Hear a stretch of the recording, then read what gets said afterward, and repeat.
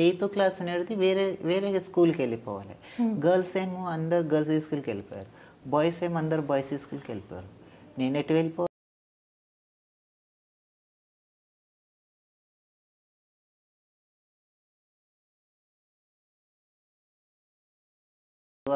ఏడవాలా నవ్వాలా ఏది తెలియక అర్థం కాక హాస్పిటల్ అప్పుడు తిరుగుతూ ఉన్నాను.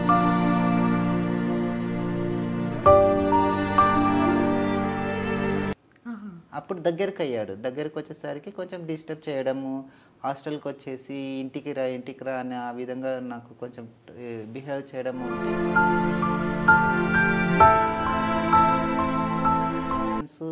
అమ్మాయిల్ని అట్రాక్ట్ చేస్తున్నారు, నేనెందుకు అబ్బాయిని అట్రాక్ట్ చేస్తున్నా నాకు ఒక థాట్స్ వచ్చాయి. ఇక్కడ హైదరాబాద్ కొత్తగా వచ్చేసిన తర్వాత నాకు ఎవరు తెలియదు. హైదరాబాద్లో 15 days రోడ్ మీదనే ఉంది.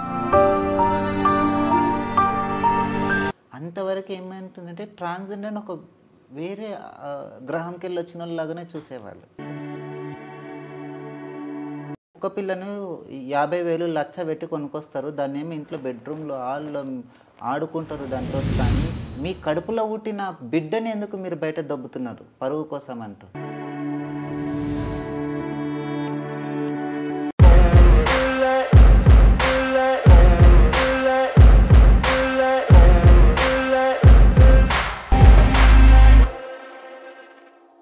భామా కలాపానికి స్వాగతం. Bloom and plus. ఇప్పటి వరకు మనం ఎందరో ఉమెన్ని కలిసి వారి లైఫ్లో ups downs and life journey ఎలా ఉంది అని చూసాం కదండి. ఇప్పుడు మనతో ఉన్నారు ఖుషి. తను ఒక ట్రాన్స్జెండర్ అనగానే అందరికీ గుర్తొచ్చేది బెగ్గింగ్ చేస్తారు, ఇంకా ఇతర పనులు చేసి వాళ్ళ జీవనోపాధి సాధిస్తారని అనుకుంటాం. కానీ ఖుషి అలా కాదు. తను సెల్ఫ్ రెస్పెక్ట్కి ఎప్పుడూ తను కాపాడుకుంటూ, అంటే ఎవరి దగ్గర బెగ్ చేసుకోకుండా, వేరే ఇంకే పనులు చేయకుండా తన కాళ్ళ మీద తను బ్రతకడం కోసమని తన మేకప్ నేర్చుకొని మేకప్ ద్వారా తన జీవనోపాధి సాధిస్తున్నారు. అంటే ఓన్లీ మేకప్పే కాదండి, తను ఒక షూటర్ కూడా. So shooter and makeup artist ఖుషితో ఇప్పుడు మాట్లాడదాం. నమస్తే అండి. నమస్తే మేడం. థ్యాంక్ యూ అండి, చాలా బాగా మీరు ఇంట్రడక్షన్ చేసినందుకు థ్యాంక్ యూ అండి. సో మీరు బేసికలీ ఎక్కడ నుండి? మహబూబ్ నగర్ అండి బేసికలీ. ఓకే. అంటే మీ పేరెంట్స్ పుట్టి పెరిగిందంతా అక్కడ? పుట్టి పెరిగిందంతా మహబూబ్ నగర్లో. హైదరాబాద్కి ఎప్పుడు వచ్చారు? 2009లో వచ్చాను. ఓకే. అంటే మీ పేరెంట్సే పంపించారా, లేకపోతే వాళ్ళకి అంటే తెలిసి వచ్చారా, తెలియకుండా వచ్చారా? నాకు ఊహ తెలిసేలోపు నాకు పేరెంట్స్ ఎవరు లేరండి, అందరూ ఎక్స్పైర్ అయిపోయారు. ఓకే. సో మీరు ఎవరి దగ్గర పెరిగారు? హాస్టల్లో ఉండేవారు? 1 to 10th వరకు హాస్టల్ అండి. అప్పుడు మీకు తెలుసా మీరేంటి, మీ జెండర్ ఏంటి అన్నది మీకు అప్పుడు అర్థమైందా? జెండర్ ఏంటి అని నాకు అర్థం కాలేదు. ఆ ఏజ్ అనేది చిన్న ఏజ్ కాబట్టి ఆ ఏజ్ మూమెంట్లో ఎవరికి అంత నాలెడ్జ్ ఉండదండి. సో మూవ్ అవుతూ ఉంటే 12 టీనేజ్కి వచ్చేసరికి అప్పుడు నేను ఎందుకు ఈ విధంగా బిహేవ్ చేస్తున్నాను అని అప్పుడు మాకు తెలిసిపోతుందండి. ఓకే. అంటే ఫస్ట్ టైం మీకు ఎప్పుడు అలా అనిపించింది?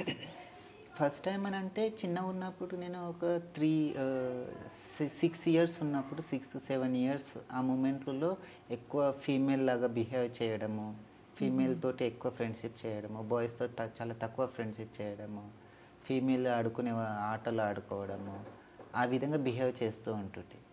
ఓకే. బట్ నాకు ఆ మూమెంట్లో అది అట్రాక్షన్, ఆ మూమెంట్ మాత్రం అది తెలియదు. కానీ ఫీమేల్ లాగా బిహేవ్ చేయడము, ఆడుకోవడం, అవన్నీ చేయడం, అల్లరి చేయడం అనేటివి మాత్రం డైలీ రొటీన్ అనేది. సో బట్ ఎడ్యుకేషన్లో కూడా చాలా బాగా క్లెవర్గా ఉంటాయి. బట్ తర్వాత మా 2003లో మా మదర్ చనిపోయిన తర్వాత డాడీ ఇంకో మ్యారేజ్ చేసుకున్నాడు. ఆ తర్వాత మమ్మల్ని వదిలేశాడు. ఓకే. సో అది చిన్న 8 to 9 years మూమెంట్లలో నన్ను ప్రైవేట్ హాస్టల్ నుంచి గవర్నమెంట్ హాస్టల్కి వెళ్ళిపోయాను. అయ్యో. సో ఆ మూమెంట్ అక్కడ నుంచి నా స్ట్రగల్ స్టార్ట్ అయింది అన్నట్టు. Morning news paper, night evening 5 to 10 STD booth, ఆ విధంగా చేస్తూ ఎవ్రీ సండే ఏదో పార్ట్ టైం వర్క్ చేస్తూ వచ్చిన అమౌంట్ తోటి నా 10th కంప్లీట్ చేశాను. సమ్మర్ హాలిడేస్లో కూడా నా వర్క్ చేస్తూ ఆ విధంగా ముందుకు వెళ్తూ ఉన్నాను. గవర్నమెంట్ స్కూల్కి వెళ్ళిన తర్వాత నేను రెగ్యులర్గా నా స్కూల్ బ్యాచ్ మొత్తం అందరూ గర్ల్స్, కో ఎడ్యుకేషన్. 7th వరకు కో ఎడ్యుకేషన్. 7th వరకు కో ఎడ్యుకేషన్ నుండి నేనేం ఎయిత్ క్లాస్ అనేది వేరే వేరే స్కూల్కి వెళ్ళిపోవాలి.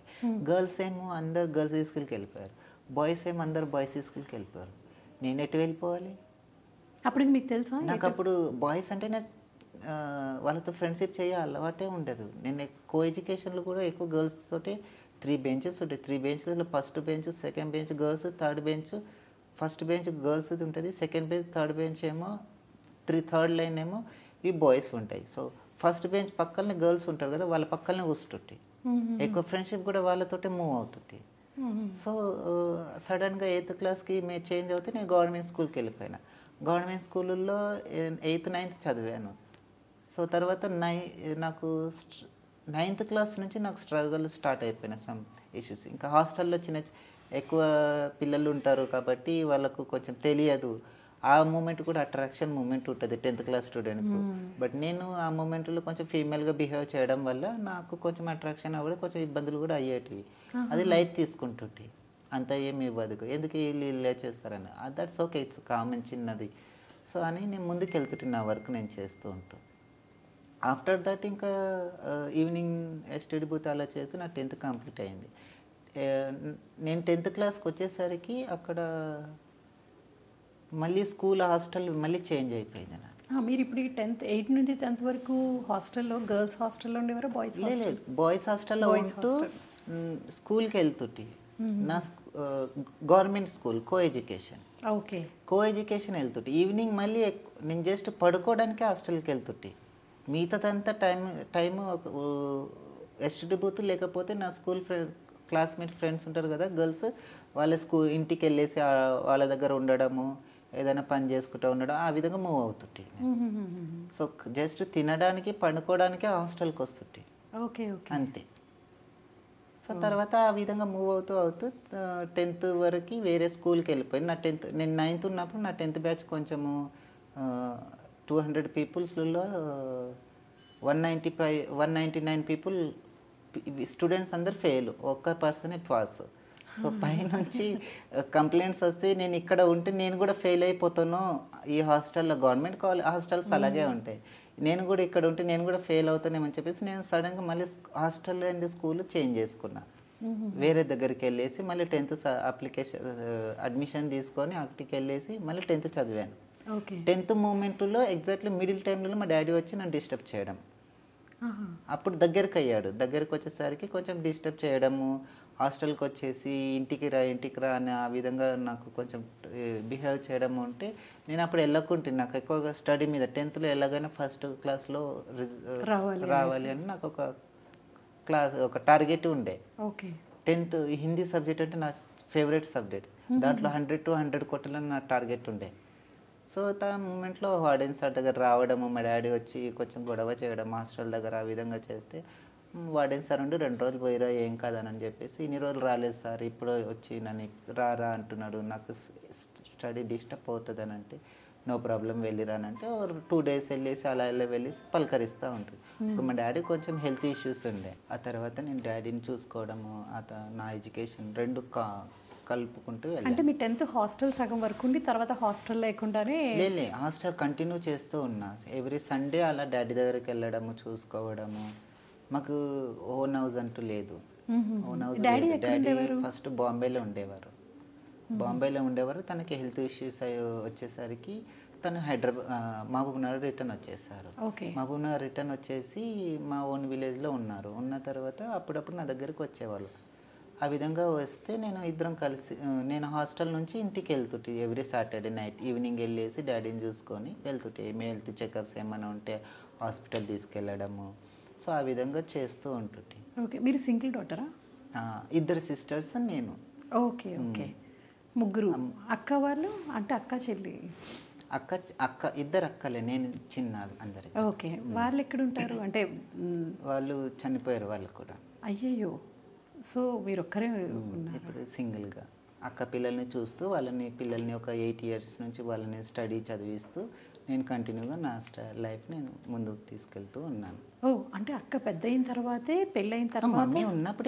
మమ్మీ ఉన్నప్పుడే అక్కది పెద్ద సిస్టర్ది మ్యారేజ్ అయిపోయింది. తర్వాత డాడీ నేను 9thలో ఉన్నప్పుడు ఇంకో సిస్టర్ది మ్యారేజ్ అయింది.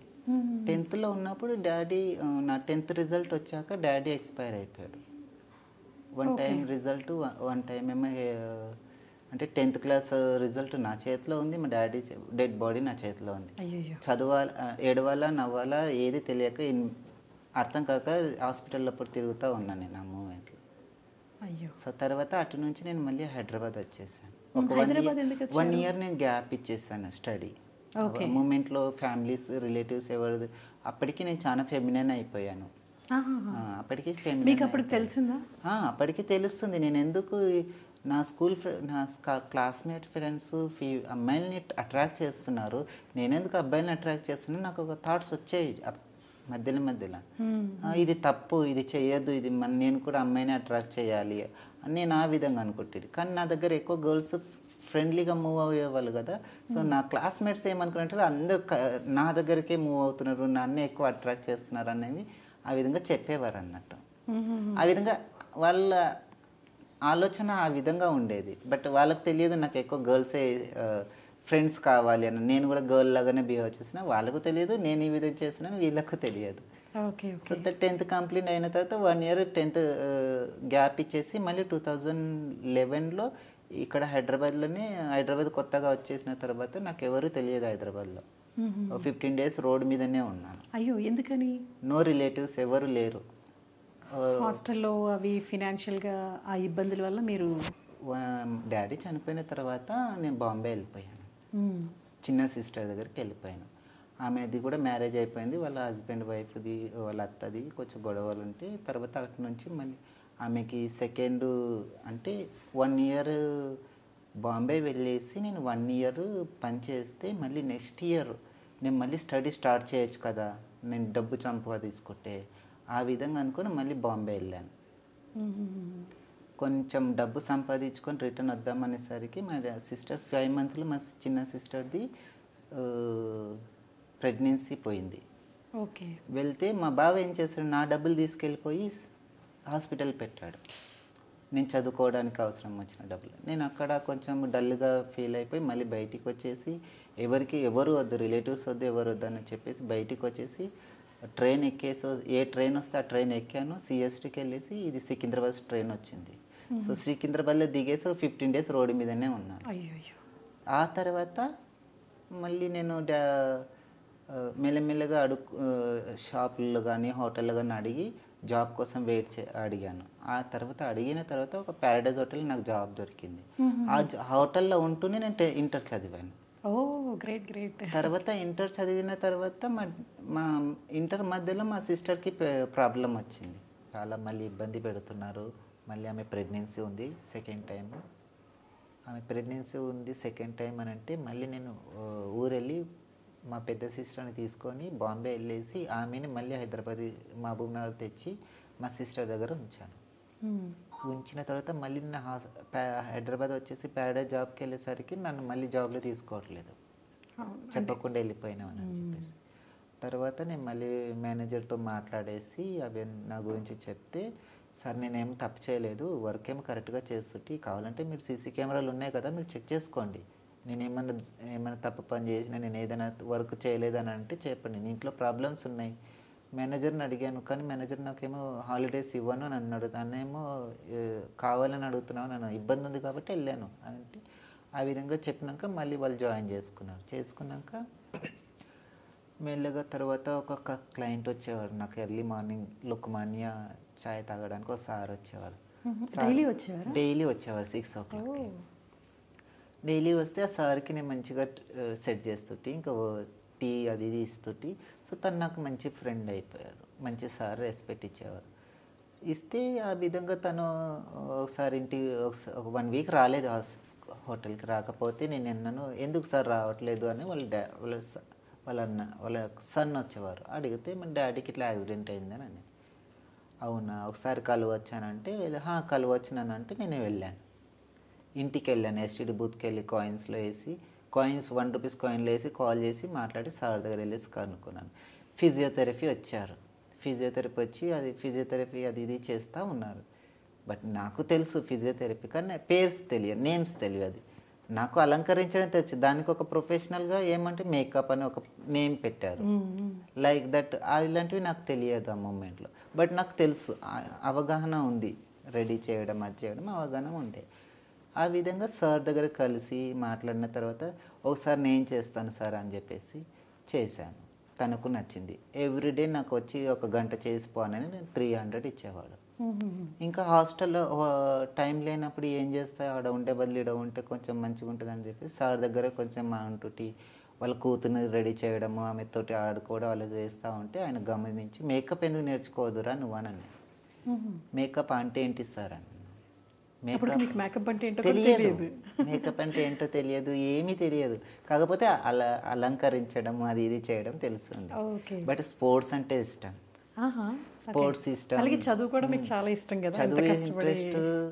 నాకు ఒకటే గోల్, ఎవరు లేరే, సపోర్ట్ లేరు, కానీ నేను సాధించాలి, నాకంటూ ఒకటి క్రియేట్ చేయాలి నేను.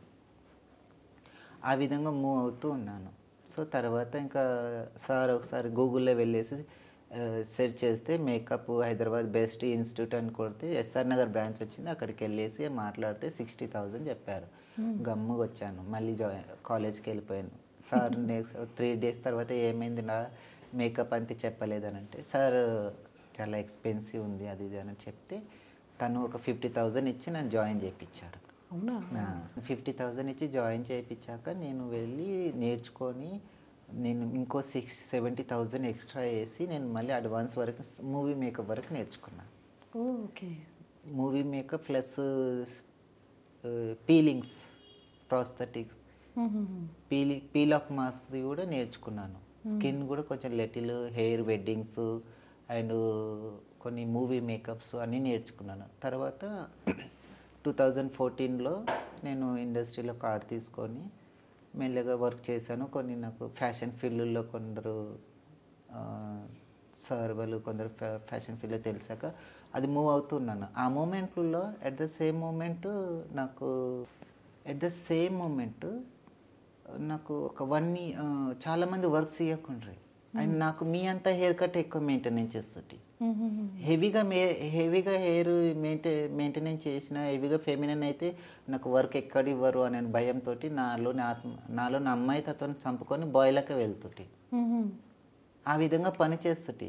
కానీ పబ్లిక్ ఎలా తెలుసు, ఇన్ని రోజులు నువ్వు బాగానే ఉన్నావు కదా, అబ్బాయి లెక్కనే ఉన్నావు కదా, ఇప్పుడు సడన్గా జుట్టు పెంచినావు అని అంటున్నారు. అది ఎంతవరకు అది తప్పు కదా. నా లోపల నేను నా ఆత్మను చంపుకొని మీలాగా నటిస్తున్నా అబ్బాయి డ్రెస్ వేసుకొని. అది మీకు తెలియట్లేదు, కానీ మీకు ఎలా నేను నార్మల్గానే ఉన్నట్టుగా అనిపిస్తున్నాను. కానీ నేను ఎప్పుడైతే నా ఆత్మని నేను ప్రేమించి నేను ఏ విధంగా నన్ను నేను ప్రేమించుకొని నేను రెడీ అయ్యేసరికి మీకు అప్పుడు నేను డిఫరెంట్గా కనిపించాను. బట్ బిఫోర్ మీకు డిఫరెంట్గా కనపడట్లేదు. సో అది జనాలకు అర్థం కాలేదు. అయినా కూడా నేను నాకు వర్క్ కోసమే నేను ముందుకు వెళ్తుంటే. ఇప్పుడు మీరు ఇన్ని ఇయర్స్ జర్నీ ఉంది కదండి, ఇందులో నార్మల్గా మీరు ఎక్కడికైనా వెళ్ళినా సరే అప్పటి వరకు అబ్బాయిలానే బయటకు కనిపిస్తున్నారు, లోపలైతే అమ్మాయిగా ఉన్నారు. బట్ కానీ డ్రెస్సెస్ అవి మీకు సడన్గా కావాలన్నా వచ్చేవు. అండ్ బాడీ లాంగ్వేజ్ కూడా మీరు హైడ్ చేయలేరు, ఎక్కడో దగ్గర మాట్లాడేటప్పుడు బయటపడిపోద్ది మీ body language.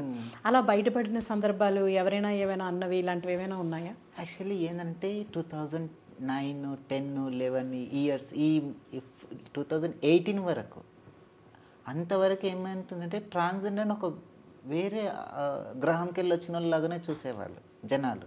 Society rooms rents ఇచ్చేవాళ్ళు కాదు. ఒకవేళ శారీ కొరకు బయటికి వెళ్ళినా కూడా అది వాళ్ళని ఓ విధంగా చూసేవాళ్ళు.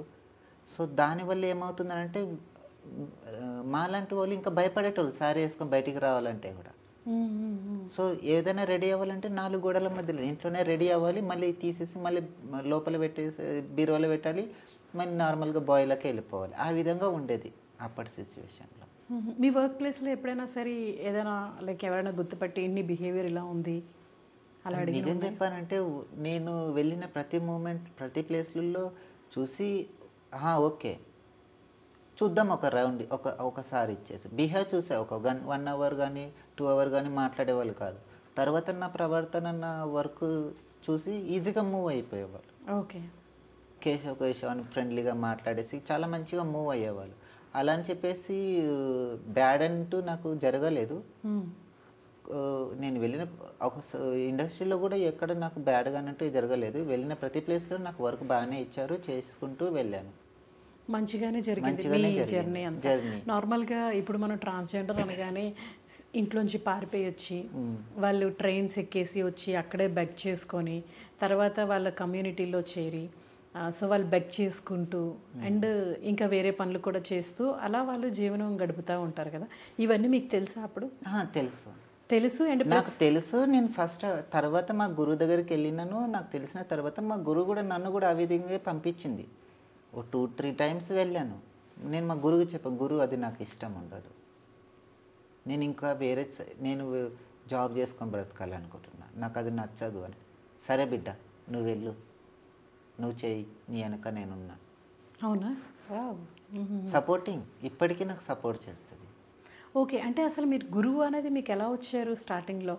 గురువు అని అంటే యూనిట్ అది కాదండి. ఇప్పుడు సపోజ్ మీరు చదువుకుంటున్నారు, ప్యారడైజ్లో వర్క్ చేశారు, సో మీరు పలానా వాళ్ళు నేను ఇలా ట్రాన్స్జెండర్ అని మీకు అర్థమయ్యి మీరే అక్కడ వాళ్ళు ఎక్కడున్నారో అని వెతుక్కొని వెళ్ళారా, లేకపోతే మిమ్మల్ని వాళ్ళు రికగ్నైజ్ చేసి నువ్వు ఇది అని వాళ్ళు మిమ్మల్ని ఇన్వైట్ చేశారా?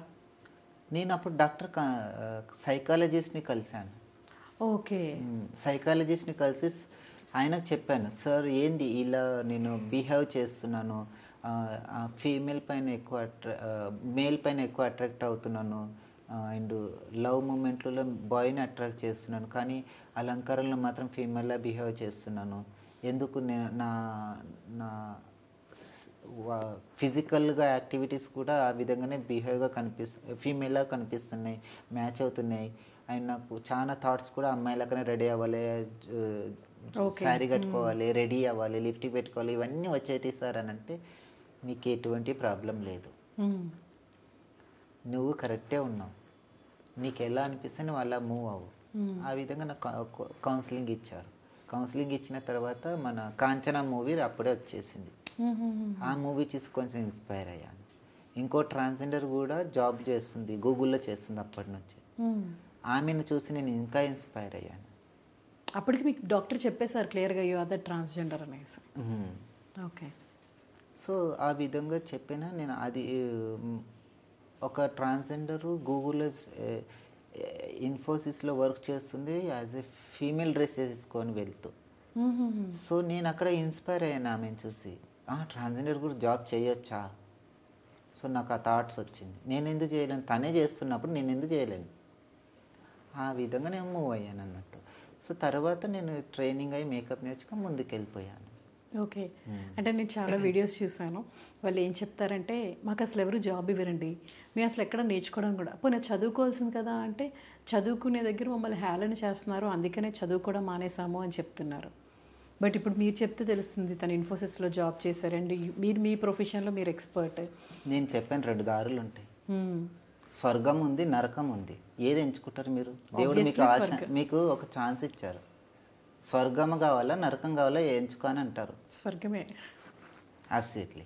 నరకాన్ని కోరి ఎవరైనా తీసుకోరు కానీ అలా అని చెప్పేసి మా వాళ్ళని తప్పుదారి పెట్టాను, జాబ్ ఇవ్వరని. ఎవరికి భూమి మీద ఉన్న ప్రతి జీవికి ఏది ఈజీగా రాదు, కష్టపడితేనే వస్తుంది. ఆ కష్టంలో కూడా ఒడిదుడుకులు ఉంటాయి, అన్నీ ఉంటాయి, దాన్ని తట్టుకొని నిలబడితేనే మనము మన గోల్కి రీచ్ అవుతాం. అలా అని చెప్పేసి నా కమ్యూనిటీకి జాబ్ ఇవ్వరని అనడం తప్పు, అది తప్పు. బయట సొసైటీ కూడా వీళ్ళని చూసి జాబ్ ఇవ్వమని కూడా వాళ్ళకి వీళ్ళపైన అవగాహన లేదు. బయట ఏమనుకుంటారో ఆ భయాన్ని వదలాలి. ఫస్ట్ లోపల ఉన్న భయాన్ని ఏమనుకుంటారో, మేము ఇడుకోతే ఏమనుకుంటారో, జాబ్ చేయడానికి పోతే ఏమనుకుంటారో. మీరు బెగ్గింగ్కి వెళ్ళినప్పుడు ఎంత ధైర్యంగా అడుగుతారో అంతే ధైర్యంగా మీరు జాబ్లో కూడా మీరు చదువుకునే దగ్గర కూడా పోయి అడగాలి. అప్పుడు మీకు ఎవరు ఆపుతారో మీరు అప్పుడు చెప్పండి. అవును, ఎంతో రెస్పెక్ట్ఫుల్గా. నార్మల్గా ఇప్పటివరకు అందరూ ఎక్కడికి వెళ్ళినా మాకు అవమానాలే, మాది ఏమీ తప్పు లేకపోయినా సరే మమ్మల్నే అంటారు. అంటే నాకు చాలా బాధేసింది అనమాట, అయ్యో పాపం వాళ్ళు ఏం చేశారు అనేసి.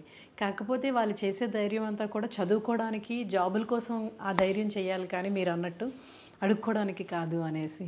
అడుక్కోవడానికి అని కాదు, అడుక్కోవడానికి అది వాళ్ళు చేసినది వాళ్ళు చేయలేదు. యాక్చువల్లీ ఇది అమ్మ నాన్న చేశారు. అమ్మ నాన్న కరెక్ట్ పెంచితే, అమ్మ నాన్న చిన్నప్పటి నుంచి నా కొడుకు ఈ విధంగా మారిపోయిండు, నా కొడుకు ట్రాన్స్ అయిపోయిండు, నా కొడుకు గే అయిపోయిండు, నా కూతురు లెస్బియన్ అయిపోయింది అని వాళ్ళు గుర్తించినప్పుడు ఇంట్లోకి వెళ్ళి బయటికి పంపిస్తున్నారు కదా. మొదటి తప్పు తల్లిదండ్రులది. వాళ్ళు ఇంట్లో ఒక చిన్న కుక్క పిల్ల, ఎగ్జాంపుల్ చెప్తాను, ఇంట్లో కుక్క పిల్లను 50,000 లచ్చ పెట్టి కొనుక్కొస్తారు. దాన్ని ఏమి ఇంట్లో బెడ్రూమ్లో హాల్లో ఆడుకుంటారు దాంతో. కానీ మీ కడుపులో పుట్టిన బిడ్డని ఎందుకు మీరు బయట దొబ్బుతున్నారు పరువు కోసం అంటూ? అంతేనా లేదా? అవును, అది చేయడం తప్పు కదా. చాలా మొదటి తప్పు చేసింది తల్లిదండ్రులు. ఇప్పుడు చిన్న తెలివి ఉండదు, ఏముండదు, బయటికి వెళ్తే ఎలా బ్రతకాలి, ఏం చేయాలి, అన్నం ఎవరు పెడతారు కూడా తెలియని స్టేజ్లో అదే స్టేజ్లలో తను ఆ విధంగా మారిన మూమెంట్లో ఎక్కడ పోయి బ్రతుకుతారు? అప్పటి నుంచి సత్యంత వరకు వాళ్ళకి నరకమే. సమాజంలో తిరుగుతున్నా కూడా వాళ్ళు ఎట్లా నరకంలో ఉన్నట్టున్నారు. అవును, ఎక్కడికి వెళ్ళినా అవమానాలు. ఛాన్సెస్ ఇచ్చింటే కన్నా పిల్లలకి మంచి మోటివేషన్ చేసి మంచిగా చదివించితే ఈరోజు ట్రాన్స్జెండర్ ఎవరు బెగ్గింగ్ చేసేవాళ్ళు కాదు, ఎవరు ఈ విధంగా రాంగ్ రూట్లో వెళ్ళేవారు కాదు. పేరెంట్స్ ఆ విధంగా వాళ్ళు వదిలేయడం వల్ల పిల్లలు రాంగ్ రూట్లో వెళ్ళిపోతున్నారు. అదైతే చాలా నిజం అండి, మీరు కరెక్ట్గా చెప్పారు. ఎందుకంటే బేసికలీ పేరెంట్స్ని బట్టే ఉంటుంది పిల్లలు వాళ్ళు వెళ్ళే విధానం. ఏం జరిగినా పర్వాలేదు నాన్న, నువ్వు మాతోనే ఉండు, మీకు నేను సపోర్ట్ చేస్తాము అని అంటే మేబీ అసలు ఈ బెగ్గింగ్స్ వీళ్ళకి అవమానాలే ఉండవు. మేబీ వాళ్ళు బయటికి వెళ్ళడానికి కూడా మంచి ఎడ్యుకేషన్ అయ్యి మంచి చదివి వాళ్ళు కూడా మంచి మంచి స్థాయిలలో ఉంటారు. ఏముంది, వాళ్ళకి నచ్చితే గర్ల్స్ లాగే వెళ్తారు. వాళ్ళకి డిపెండెన్సీ లేనప్పుడు ఎవరికి సమాధానం చెప్పాల్సిన అవసరం లేదు. ఇప్పుడు మీకు ఒక బాబు పాపను పుట్టారు, ఇద్దరు పుట్టారు, 3 బాబులు 2 పాపలు పుట్టారు అనుకోండి, 5 మంది ఉన్నారు మీకు అనుకోండి. మీ పిల్లలు కరెక్ట్గా ఉంటారని గ్యారెంటీ ఉందా? సర్టిఫికెట్ ఉందా మీ దగ్గర? ఏం తెలుసు? మెచ్యూర్ అయిన తర్వాత ఈ అమ్మాయి లవ్ చేసుకుని పారిపోవచ్చు. టీనేజ్ ఏజ్లలో మీ అబ్బాయి ఒకడు తాగుబోతులై ఎవరైనా చంపేసిండొచ్చు, ఎవరైనా రేప్ చేసిండొచ్చు. అయినా కూడా మీరు మీ పిల్లల్ని నా కొడుకే నా కూతురే అని అంటారు. ఓకే, కానీ మేము రేపు చేయాలి, మేము పారిపోవాలి, మేము లవ్ చేయాలి, మేము మర్డర్ చేయాలి, మేము పుట్టుకనే తప్ప. అది కూడా మీ చేతిలో లేదు కదా, అది దేవుడిచ్చింది. దేవుళ్ళు ఎవరు? పేరెంట్స్. దేవుడిచ్చింది ఎవరు? దేవుళ్ళు ఎవరు? తల్లిదండ్రులే, శివపార్వతులు. వాళ్ళు ఇస్తేనే కదా మేము పుట్టింది. దేవుడి ఆగ్రహం లేనిది మేము పుట్టాం. సో అది మాత్రం తెలుసుకోవాలి పేరెంట్స్. ఎందుకనంటే ట్రాన్స్జెండర్స్ మా వాళ్ళు ఇంటికి వెళ్ళాలన్నా భయపడతారు, పేరెంట్స్తో మాట్లాడాలన్నా భయపడతారు. అవును, ఈ పొద్దు రేపు అయితే తల్లిదండ్రులు పిల్లల్ని పెంచుతున్నారు, వాళ్ళు ఒక ఏజ్కి వచ్చినాక పెళ్లి చేసుకొని వెళ్ళిపోతున్నారు, తల్లిదండ్రులనే పట్టించుకోవట్లేదు, పెళ్లి చేసుకొని వెళ్ళిపోయి. అలాంటి వాళ్ళని కూడా నా బిడ్డనని కడుపులో పెట్టుకుంటారు. మా హావభావాలు డిఫరెంట్గా ఉన్నాయి మీకు మాకు. ఒక్క డిఫరెంట్ వల్లనే నా మమ్మల్ని సమాజంకి వెళ్ళి మీ ఇంట్లోకి వెళ్ళి అన్నిటికి వెళ్ళి బయటికి దొబ్బేయడం. అవును, అదైతే చాలా ట్రూ. సో బేసికల్లీ ఏంటి అని అంటే వాళ్ళకి భయం. మీరందరూ భయంతో బ్రతకడానికి కారణం పేరెంట్స్. నిజంగా చెప్పాలి అంటే హార్మోన్స్ దేవుడు కాదండి మీ లైఫ్. ఇప్పుడు చాలామంది ఇలా బ్రతుకుతున్నారంటే దానికి కారణం కంప్లీట్గా పేరెంట్సే అని చెప్పచ్చు. సో ఇప్పుడు మీకు ఇన్ని ఇయర్స్ జర్నీ లైక్ మేకప్ ఆర్టిస్ట్కి చేశారు కదండి, ఇందులో ఏమైనా సరే ఏదైనా హ్యాపీయెస్ట్ మూమెంట్ ఏమైనా ఉందా, అది షేర్ చేసుకుంటారా మాతో? హ్యాపీయెస్ట్ మూమెంట్ చాలా ఉందండి. వర్క్ చేసే మూమెంట్లో ఫస్ట్ స్టార్టింగ్ నాకు కూడా కొంచెం భయంగా ఉంటుండే, వెళ్తే ఏమని అనుకుంటారో, మాట్లాడొద్దా అని అనుకుంటారు. బట్ అలా ఏముండదు, ఈజీగా మూవ్ అయిపోతాము, వర్క్ చేసుకుంటాము. ఆర్టిస్టులు వస్తారు, కూర్చుంటారు, మేకప్ వేస్తాను, పంపిస్తాను, మస్తీ ఉంటుంది, ఎంజాయ్మెంట్ ఉంటుంది. మధ్యలో బ్రేక్లు ఉంటాయి, మధ్యలో తిట్లు కూడా ఉంటాయి. ఎందుకంటే వర్క్ కరెక్ట్గా రాకపోతే డైరెక్ట్ మొక్క మీదనే అలా అనేస్తారు. ఎందుకంటే మనం చేసే జాబ్ వాళ్ళు పే చేస్తున్నారు, మనం కరెక్ట్గా వర్క్ ఇవ్వాల్సిందే. అలానే చెప్పేసి నేను వర్క్ చేస్తున్నానంటే నన్ను తిట్టొద్దు అని నన్ను ఇక్కడ నుదుటి పైన రాసిలేరు కదా. నేను తప్పు వర్క్ చేసి అది ఆటోమేటిక్గా మీకు నచ్చకపోతే మీరు డైరెక్ట్ ముఖం మీద అనేస్తారు, నాకు ఈ వర్క్ కరెక్ట్గా రాలేదని అనేసి.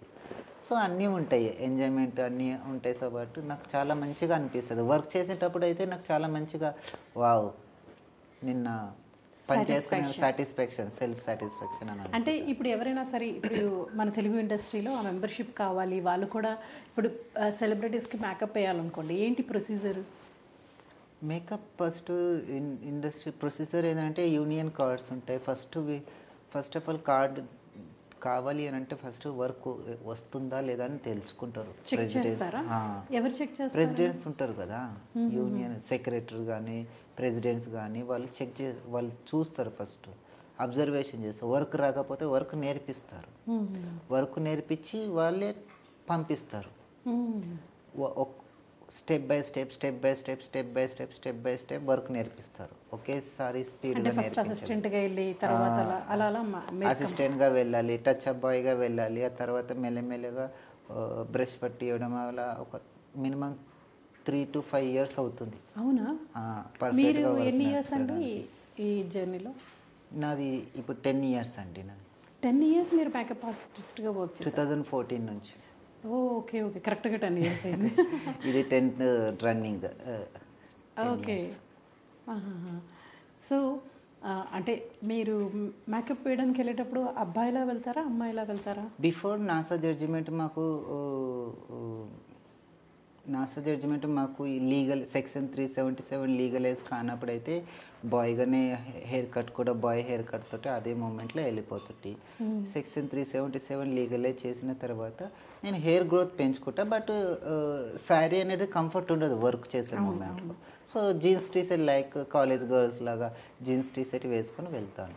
ఓకే. బికాజ్ మనం చేసే వర్క్ కొంచెం మనకు కొంచెం ఎట్లా అంటే డిస్టర్బ్ ఉండదు. శారీ అయితే డిస్టర్బ్ అవుతూ ఉంటుంది. సో అది మెయింటెనెన్స్ ఉండదు వర్క్ ప్రొఫెషనల్లో.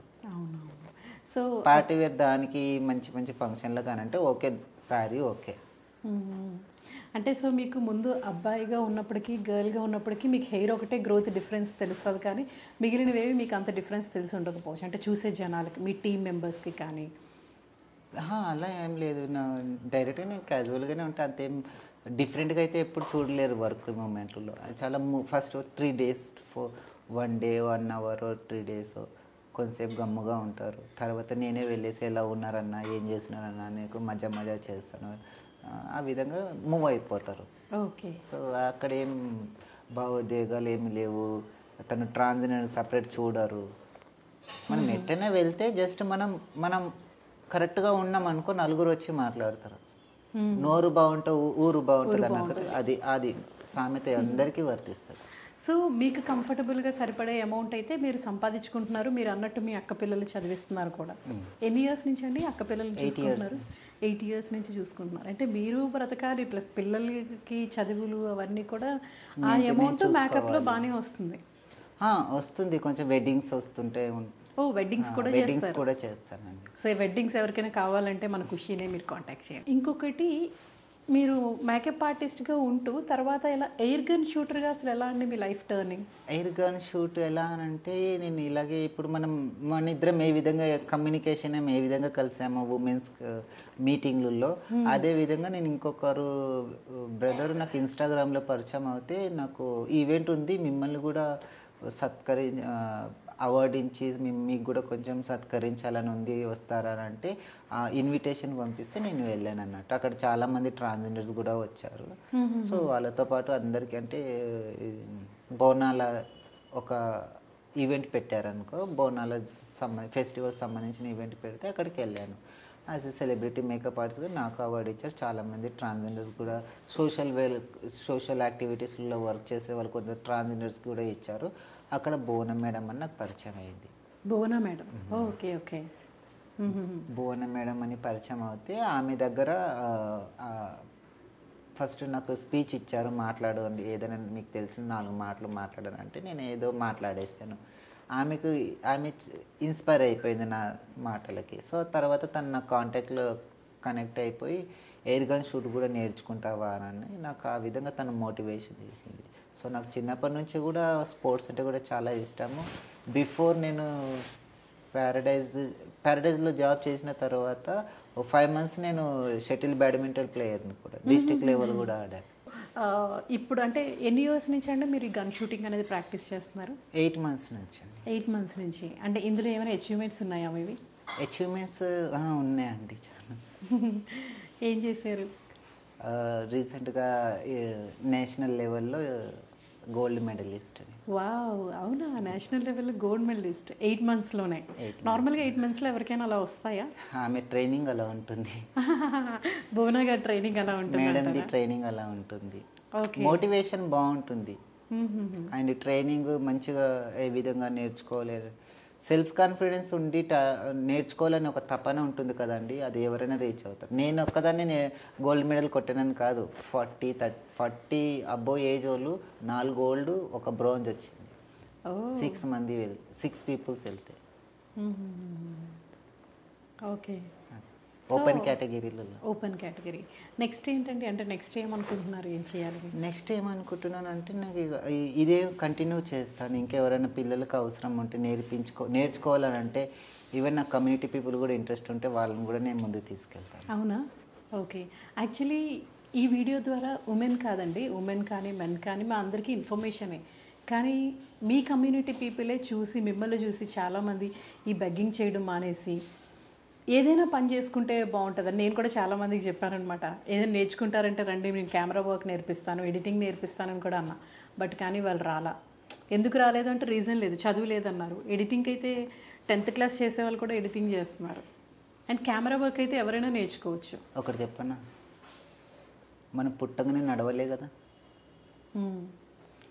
అవును. ఒకేసారి తీసుకొచ్చి నేను కంప్యూటర్ మీద కూర్చుని పెడతాడు, వాళ్ళకి ఎప్పుడు గుండె దడదడానికి నేర్పిస్తాను అండి. ఇప్పుడు మీరు ఫస్ట్ మేకప్ నేర్చుకోవడానికి వెళ్ళేటప్పుడు ఒక్కసారి మీకేం ఇచ్చేయలేదు కదా, ఫస్ట్ పక్కన నించొని చూసారు, తర్వాత వేయడం నేర్చుకున్నారు, ఇది చేసి ఈ ప్రోడక్ట్ ఇది అని తెలుసుకున్నారు. ఒక్కసారి మీకు ఇచ్చారు కదా, ఇచ్చాను. తీసుకొని వెళ్ళి ఇప్పుడు ఎవరికైనా సడన్ గానంటే వాళ్ళు కొంచెం భయపడినారేమో, సరే ఓకే మళ్ళీ ఒకసారి అడుగుదాం, మేబీ ఈ ఇంటర్వ్యూ చూసైనా వాళ్ళు కొంచెం మోటివేషన్ అయ్యి వస్తారేమో. అంటే ఒక సమాజంలో ఎలా ఉంది అంటే చాలామంది మా బయట జనాలు ఏమనుకుంటున్నారు అన్నది మనకు అనవసరం. ఎందుకంటే ఎవ్రీ ఇండివిజువల్ లైఫ్, నా లైఫ్ నాకు ఇంపార్టెంట్, నేను ఎలా బ్రతుకుతున్నాను, నా పిల్లల లైఫ్ ఎలా ఉంటుంది అనేసి. సో మీరు ఎంత రెస్పెక్ట్ఫుల్గా బతుకుతున్నారు ఎక్కడికి వెళ్ళినా సరే. ఇప్పుడు మొన్న ఉమెన్ ఎంటర్ప్రెనర్ మీట్ అయ్యింది, సో మీరు వచ్చారు, ఎంత మర్యాదగా ఎంత మంచిగా ఉండే అక్కడ. సో అలా ప్రతి ఉమెన్ కూడా, అంటే లాస్ట్ టైం నేను ఒక అమ్మాయితో మాట్లాడేటప్పుడు ఎక్కడికి వెళ్ళినా మాకు అవమానాలే అని చెప్పేసి అన్నారు. ఆ అవమానాలు ఎందుకు అవుతున్నాయి అని అంటే ఇప్పుడు నాకు అర్థమైంది ఏంటి అని అంటే, జెండర్ కాదు, మనం చేసే పని, చదువుకోవాలి, ఏదో ఒక పని చేయాలి, ఏదో పని చేయండి. కూలి పని చేసేటప్పుడు నువ్వు మెన్నా ఉమెన్ అని అడగరు కదా, ఆ స్ట్రెంత్ అందరికీ ఉంటుంది. ఉమెన్ చేస్తున్నారు, పిల్లల్ని కట్టుకొని ఇలా కట్టుకొని కూడా చేసేవాళ్ళు మనం ఎంతమందిని చూడలేదండి. కరెక్ట్. సో అది కూడా చేయొచ్చు. చదువు అనేది పేరెంట్స్, మీరు చెప్పినట్టు పేరెంట్స్ ఫస్ట్ ప్రాబ్లం అక్కడ. కాకపోతే దాన్ని కూడా మనం మార్చుకోవాలి. గుడ్డు వాళ్ళే ఇక్కడ, మీరు అక్కడ చూస్తే మర్రి చెట్టు దగ్గర రోజు ఈవినింగ్ పాటలు పాడుతూ ఉంటారు. చూస్తే అసలు ఎవరబ్బా ఎంత బాగా పాడుతున్నారని చూస్తే వాళ్ళు. డెఫినెట్గా చాలామంది వెళ్ళిపోయినా కొంతమంది అయినా వచ్చి హెల్ప్ చేస్తారు కదా. అంటే బెగ్గింగ్ కంటే అది చాలా బెటర్. ఎవరు బతుకులు వాళ్ళు బతుకుతున్నారు. అలా మీరు కూడా మీ లైఫ్ కోసం అలానే చెప్పేసి ప్రతి ఒక్కరు బెగ్గింగ్ మానేయాలని కాదు, వాళ్ళు ఫస్ట్ స్టార్టింగ్ నుంచి ఉన్న వాళ్ళకంటే చాలా రెస్ట్రిక్షన్స్ ఉంటాయి లైఫ్లో. సర్జరీస్కి, దానికి దీనికి, అండ్ మెయింటెనెన్స్కి, ఫుడ్కి, ఇవన్నిటికీ డబ్బులు కావాలి అంటే ఎవరు ఇస్తారు? అంటే కంపల్సరీ సర్జరీ చేయించుకోవాలా అండి? అది మ్యాండేటరీయా? మ్యాండేటరీ ఇట్స్ తన ఒపీనియన్. చేయించుకుంటారా చేయించుకోరు అనేది ఆ పర్సన్ ఒపీనియన్. Okay okay. అంటే మీరు సర్జరీ చేయించుకున్నారా? సర్జరీ ఎక్కడ చేయించుకున్నారు? నేను ఢిల్లీనండి. ఢిల్లీలో చేయించుకున్నారు.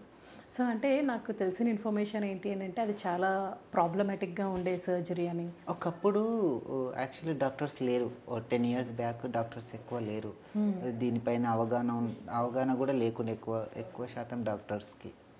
సో డాక్టర్స్ ఏమైనా సర్జరీ కావాలంటే యాక్చువల్లీ నర్సులు చేసేవాళ్ళు, డాక్టర్ కూడా చేసేవాళ్ళు. ఇల్లీగల్ సర్జరీస్ ఎక్కువ అయ్యేటివి 15 years బ్యాక్. ఇల్లీగల్ సర్జరీస్, ఈ ఇల్లీగల్ సర్జరీ వల్ల చాలా హెల్త్ ఇష్యూస్ వస్తాయి. అవును, చాలా హెల్త్ ఇష్యూస్. వాళ్ళు సరిగ్గా నిల్చోలేరు, సరిగ్గా కూర్చోలేరు, వాళ్ళకి సమ్ టైమ్స్ యూరిన్ ప్రాబ్లమ్, అవన్నీ చాలా ఇష్యూస్ వస్తాయి. సో అంటే చాలామంది చెప్తూ ఉంటారు చాలా ప్రాబ్లమేటిక్గా ఉంటుంది సర్జరీ.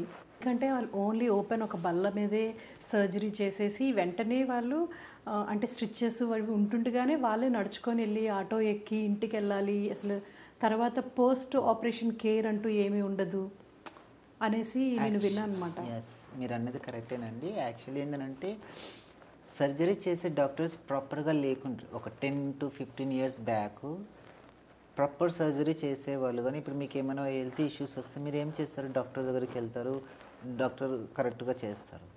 10-15 years బ్యాక్ అసలు డాక్టర్ టచ్ చేసేవాడు కూడా కాదు మమ్మల్ని. అవునా? అంతా ఉండే, అంత సిచ్యువేషన్ ఉండే. మేము ఏదైనా హెల్త్ ఇష్యూస్ అయినా అని చెప్పేసి హాస్పిటల్కి వెళ్ళినా కూడా చూసేవాళ్ళు కాదు. అంత అమాయషంగా చూపించేవాళ్ళు జనాలని, మమ్మల్ని. బట్ కొందరు నర్సులు కలిసి సర్జరీలు చేసేవాళ్ళు.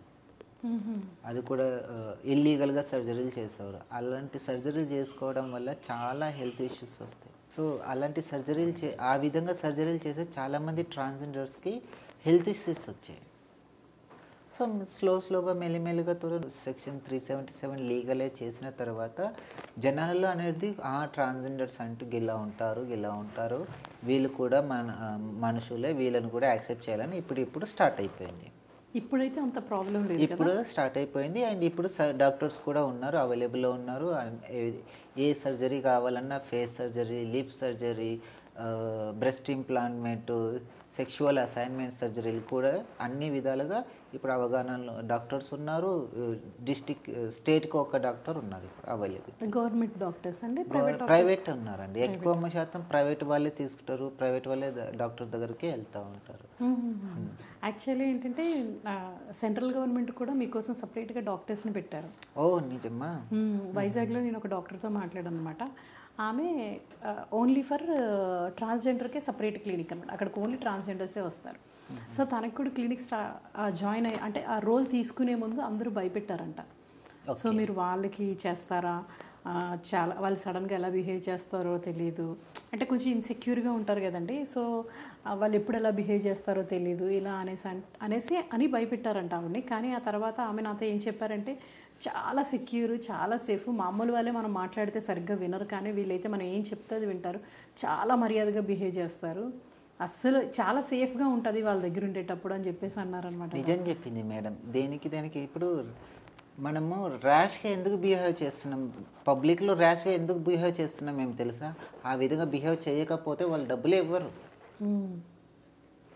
ఆ విధంగా బిహేవ్ చేస్తేనే వాళ్ళు డబ్బులు ఇస్తారు. ఇక్కడ కూడా తప్పు ఎవరిదే? సొసైటీదే. అంటే కొన్ని దగ్గర ఊరికే వెళ్ళి ఎక్కువ డిమాండ్ చేస్తారు, ఎక్కువ డిమాండ్ వాళ్ళు ఆ విధంగా క్రియేట్ చేసుకున్నారు, అంతే అంటారా? ఎక్కువ డిమాండ్ ఫస్ట్ లేకుండే, ఎంత ఇస్తే అంత తీసుకెళ్ళేటోళ్ళు.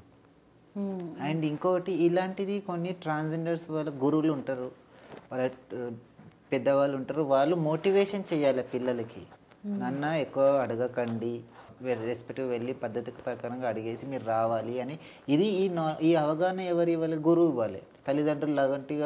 తల్లిదండ్రులలాగా పెరుగుతున్నారు కదా పిల్లలు, వాళ్ళ దగ్గర వాళ్ళ గురువులు ఇవ్వాలి, పిల్లలకి చెప్పాలి.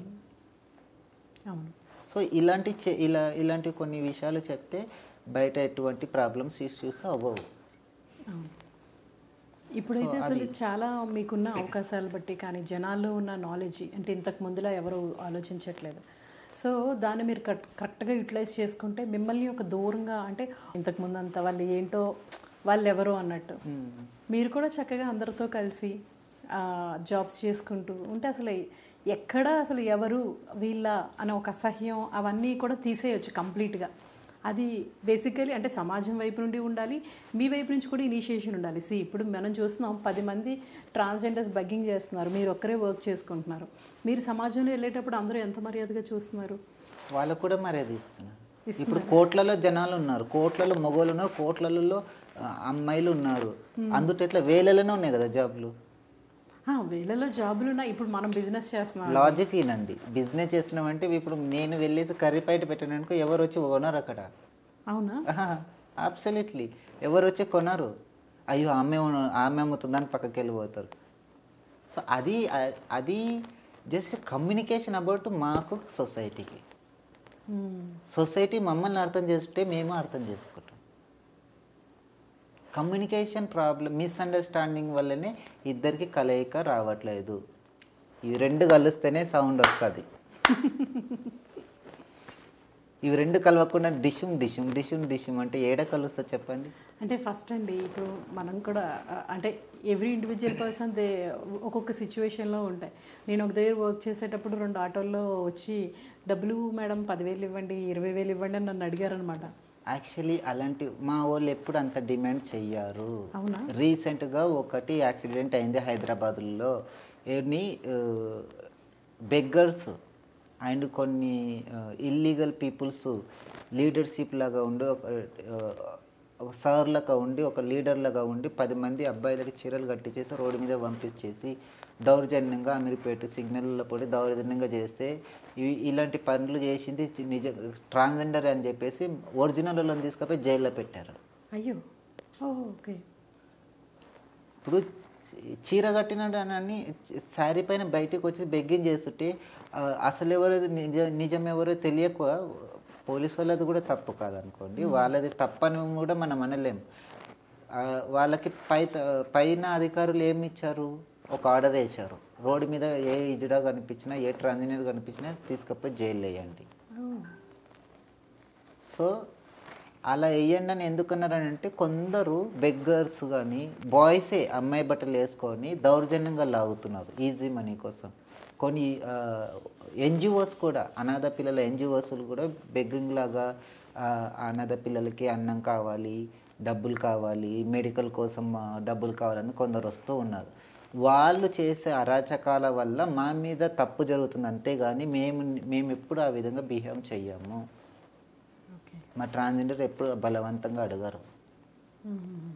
ఇంకొక రూపాయి ఎక్కించినాక ఇంకా మంచిగా ఆశీర్వదించి కొంచెంసేపు డ్యాన్స్ చేసి పోతారు, అంతేగాని ఉన్నదంతా దోచుకొని పోయే గుణాలు మాత్రం మా ట్రాన్స్జెండర్స్కి ఉండవు. ఇంకా కొందరు కంప్లైంట్స్ కావాలని ఇస్తారు. వీళ్ళది గోల ఎక్కువైపోయింది, ఒకరి తర్వాత ఒకరు వస్తున్నారు అని చెప్పేసి కావాలని పోలీసులకు ఫోన్ చేస్తారు, ట్రాన్స్జెండర్స్ ఇంత డిమాండ్ చేస్తున్నారు అంత డిమాండ్ చేస్తున్నారని. ఎందుకంటే మమ్మల్ని కొట్టినా ఎవడు పట్టించుకోవట్లేదు, కొట్టకపోయినా ఎవడు పట్టించుకోవట్లేదు. సో గవర్నమెంట్కి నేను ఇదొక్కటే రిక్వెస్ట్ చేస్తున్నాను, మాకు కూడా యాక్టివిటీస్ కానీ మాకు కూడా ఎవరైనా ఏదైనా అన్నా కూడా మాకు కూడా ఇమ్మీడియట్లీ యాక్షన్ తీసుకునే ఒక చట్టాన్ని తీసుకురండి తెలంగాణలో. ఎందుకు ఇప్పుడు మిమ్మల్ని అన్యాయంగా ఎవరైనా అన్నారనుకోండి మీరు కంప్లైంట్ ఇవ్వచ్చు కదా. కంప్లైంట్ ఇవ్వచ్చు, కంప్లైంట్ తీసుకోరా. అవతల పర్సన్ బాయ్ ఉన్నాడు అనుకో, వాళ్ళ తరపున మాట్లాడతారు, మీరు చేసేది ఇదే కదా అని అంటారు. ఇది మార్చుకోవాలి. రీసెంట్గా ఇప్పుడు నేను అన్నాను కదా ఈ బాయ్స్కి శారీస్ కట్టించేసి ఇలా వెళ్తారనని. రీసెంట్గా నా ఫ్రెండ్ ఎప్పుడో ఏదో తప్పు చేశాడు 2018లో పబ్కి వెళ్ళేసి డ్రింక్ చేసి అది ఏదో అవుతే తనని అన్నెసెసరీగా తీసుకెళ్ళి జైలు వేశారు. ఈ విటీజింగ్ కేస్ అని చెప్పేసి ఎప్పుడో జరిగినది ఇప్పుడు తీసుకెళ్ళి జైలు వేశారు. తనని తీసుకురావడానికి నేను పంజగుట్ట పిఎస్కి వెళ్తే నేను లోపల కూడా రానివ్వట్లేదు. అయ్యయ్యో, సాక్షి నేనే. బయటికి అంటే అంత అంటరాని తనలమైనాయమ్మా. మీరే చెప్పండి. ఇప్పుడు సొసైటీదే తప్పు కదా అది. ఇలాంటివి ఇప్పుడు పోలీసు వాళ్ళే మమ్మల్ని దగ్గర రానియనప్పుడు మేము ఎవరికో చెప్పాలి చెప్పండి. మా ఘోష ఎవరికి చెప్పుకోవాలి? సొసైటీ మా మీద నిందలు మోపుతుంది, సొసైటీ మా మీద అన్నీ వేస్తుంది, మళ్ళీ మేమే తప్పు చేసినామని అంటుంది. ఇదైతే నిజంగా చాలా బాధాకరమైన విషయమే. పోలీస్ స్టేషన్కి వెళ్తే లోపలికి కూడా రానివ్వలేదు అని అంటే ఇంకా సమాజంలో ఎవరికి చెప్పుకుంటారు? సాక్షిగా వెళ్ళానండి నేను, సాక్షిగా వెళ్ళాను. సాక్షిగా వెళ్ళినప్పుడు కూడా సాక్షి రారా? లోపలికి వెళ్ళి మాట్లాడలేదా? బయట వెళ్ళి కూర్చో. ఇర్రెస్పాన్సిబిలిటీ, రెస్పెక్ట్ లేకుండా నన్ను నువ్వు రెస్పెక్ట్ కూడా ఇవ్వకు, జస్ట్ మాట్లాడే అర్హత ఇవ్వు. నువ్వేం తీసుకుపోయి నన్ను మీ ఇంట్లో పెట్టుకోవట్లే, మా ఇంటికి రా నన్ను అనట్లేదు. మీ డ్యూటీ ఏముంది, మీ డ్యూటీ చేసిండ్రు. దానికి సొల్యూషన్ కోసం, దానికి సాక్షి కోసం వచ్చాను నేను. సో ఆ సాక్షి గురించి కూడా నేను మాట్లాడాలి కదా. అది కూడా లేనప్పుడు నేను ఎవరికో చెప్పాలి చెప్పండి.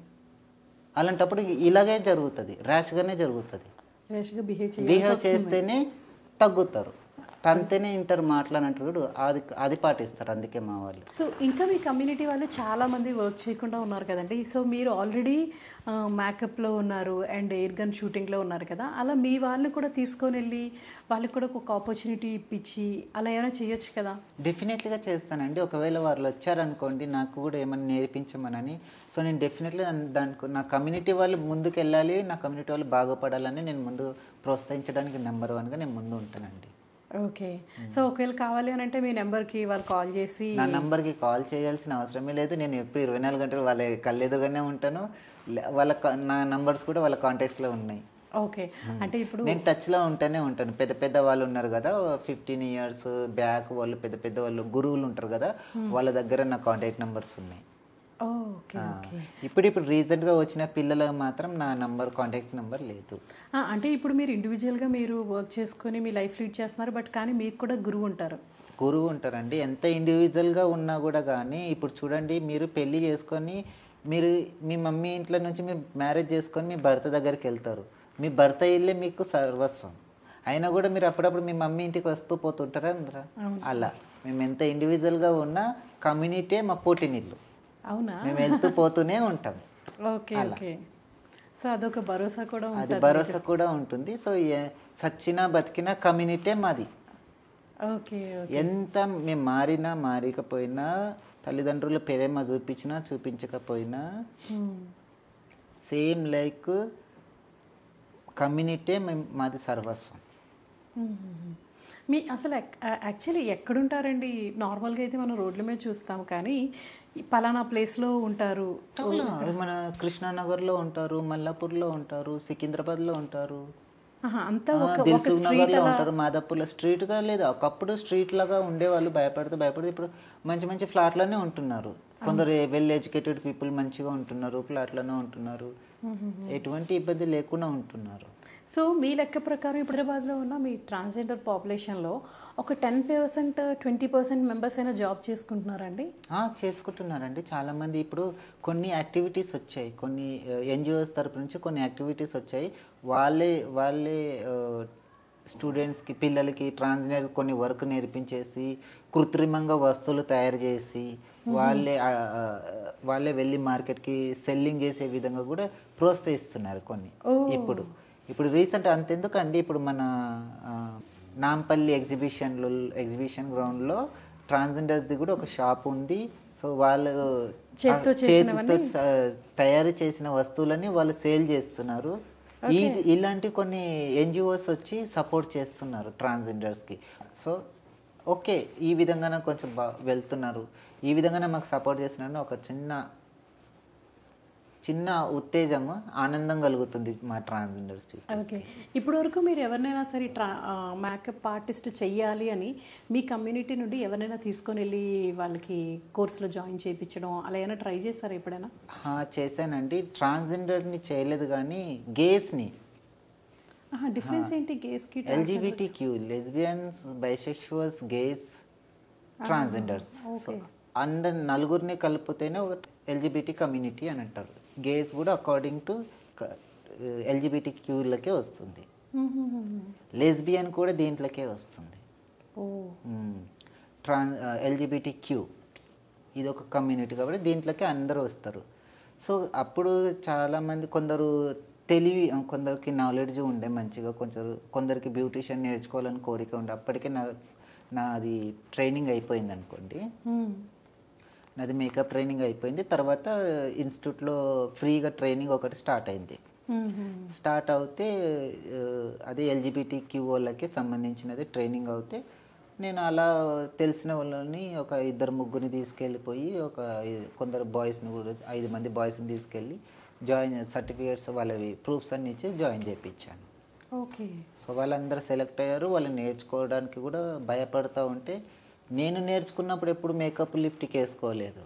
నేను ట్రైనింగ్ అయ్యేటప్పుడు వాళ్ళకి సెల్ఫ్ కాన్ఫిడెన్స్ రావాలని నేను ఇంకా ఎక్కువ మేకప్ వేసుకొని వెళ్తుంటే వాళ్ళకి చూపించాలని. మనల్ని ఎవరు ఏమన్నారు, మనకి కూడా సపోర్ట్ చేస్తారు, ప్రోత్సహిస్తారని. ఇంకొకటి అండి, నార్మల్గా ట్రాన్స్జెండర్స్ కూడా పెళ్లి చేసుకుంటారు అనేసి అంటారు కదా, అలా మీ కమ్యూనిటీలో ఎవరైనా పెళ్లి చేసుకొని ఫ్యామిలీతో హ్యాపీగా ఉన్న వాళ్ళు ఎవరైనా ఉన్నారా? ఉన్నారండి. అందులో ఎంత 100% 1-2% పీపుల్సే సక్సెస్ అయి ఉన్న వాళ్ళు ఉన్నారు, మిగతా వాళ్ళందరూ ఫెయిల్ అయిన వాళ్ళు ఉన్నారు. అంటే లవ్ ఫెయిల్యూర్. ఓ, ఎందుకంటే అక్కడ కొంచెం మిస్కమ్యూనికేషన్స్ ప్రాబ్లమ్స్ వస్తూ ఉంటాయి. ఎవరు ఎలాంటి వాళ్ళు వస్తారో, ఎలాంటి వాళ్ళని మనం చూజ్ చేసుకోవాలో తెలియదు కదా. అవును, కొంచెం ఎందుకంటే నేను చూసా మీ కమ్యూనిటీలో లవ్ అనేది చాలా సెన్సిటివ్ పాయింట్ ఉంటుంది. అన్నిట్లో మేము ముందు ఉంటాం, కానీ లవ్ దగ్గర మాత్రమే కొంచెం సెన్సిటివ్. అంతెందుకంటే ఒక అబ్బాయి ఉన్నాడు, ఒక అబ్బాయి ఏం చేస్తాడు, ప్రేమిస్తే అమ్మాయిని ప్యూర్గా ప్రేమిస్తాడు. కానీ అమ్మాయి హ్యాండ్ ఇచ్చింది అనుకో, దేవదాస్ అయిపోతాడు రోడ్డు మీద. అబ్బాయి అవుతాడా అవడా? అవుతాడు కదా. నాకు తెలియదు అబ్బాయి లవ్ చేస్తాడు, నేను నమ్మరు ఫస్ట్. సరే, జస్ట్ కిడింగ్. దేవదాస్ అవుతాడని సినిమాలో చూపించారు, ఓకే. అదే లవ్ ప్యూర్గా మా వాళ్ళు కూడా సరే, అమ్మాయి కూడా ప్యూర్గా లవ్ చేస్తుంది అనుకోండి. అబ్బాయి హ్యాండ్ ఇచ్చేయడానికి అమ్మాయి లైఫ్ ఏమవుతుంది?